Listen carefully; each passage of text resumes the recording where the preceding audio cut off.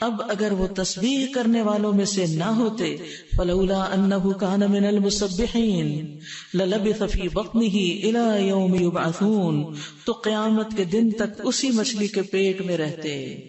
بہت بڑا سبق ہے اس میں.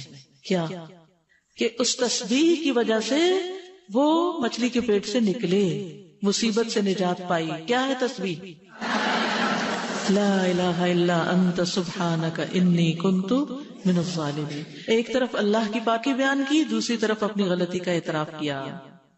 تو اللہ سبحانہ وتعالی نے ہمیں خبر دی ہے کہ وہ وہاں تسبیح کر رہے تھے، وہ نماز نہیں پڑھ رہے تھے وہاں، یہ کچھ اور نہیں کر رہے تھے، تسبیح کر رہے تھے، کیونکہ مچھلی کے پیٹ میں اور کیا کر سکتے تھے. اور یہ تسبیح کرنا ہی ان کی نجات کا سبب بن گیا.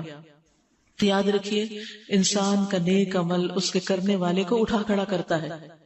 خوشحالی میں کی ہوئی عبادت تکلیف میں کام آتی ہے. جیسے عام دنوں میں اگر آپ اچھی غذا کھاتے ہیں نا اور آپ کی امیونٹی اچھی ہو تو اول تو جراثیم اثر نہیں کرتے، اور اگر کوئی انفیکشن ہو بھی جائے تو آپ جلدی ریکور کر لیتے ہیں.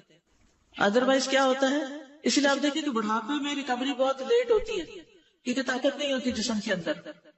جسم خود فائٹ کرتا ہے نا بیماریوں سے، تو کر نہیں پاتا. تو یونس علیہ السلام پہلے بھی نیک کام کرتے تھے، بیچ میں تھوڑی سی غلطی ہو گئی اور جب مچھلی کے پیٹ میں گئے تو کہا اللہ میری غلطی، مجھ سے قصور ہوا. تو اللہ تعالیٰ نے ان کی سن لی.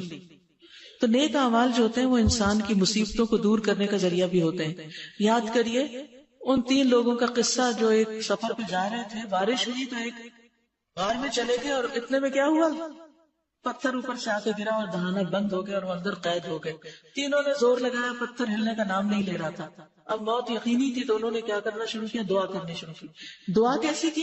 اپنے نیک عمل کو وسیلہ بنا کے، اللہ میں نے جو یہ اور یہ کام کیا تھا اس کی وجہ سے میری اس مشکل کو آسان کر دے.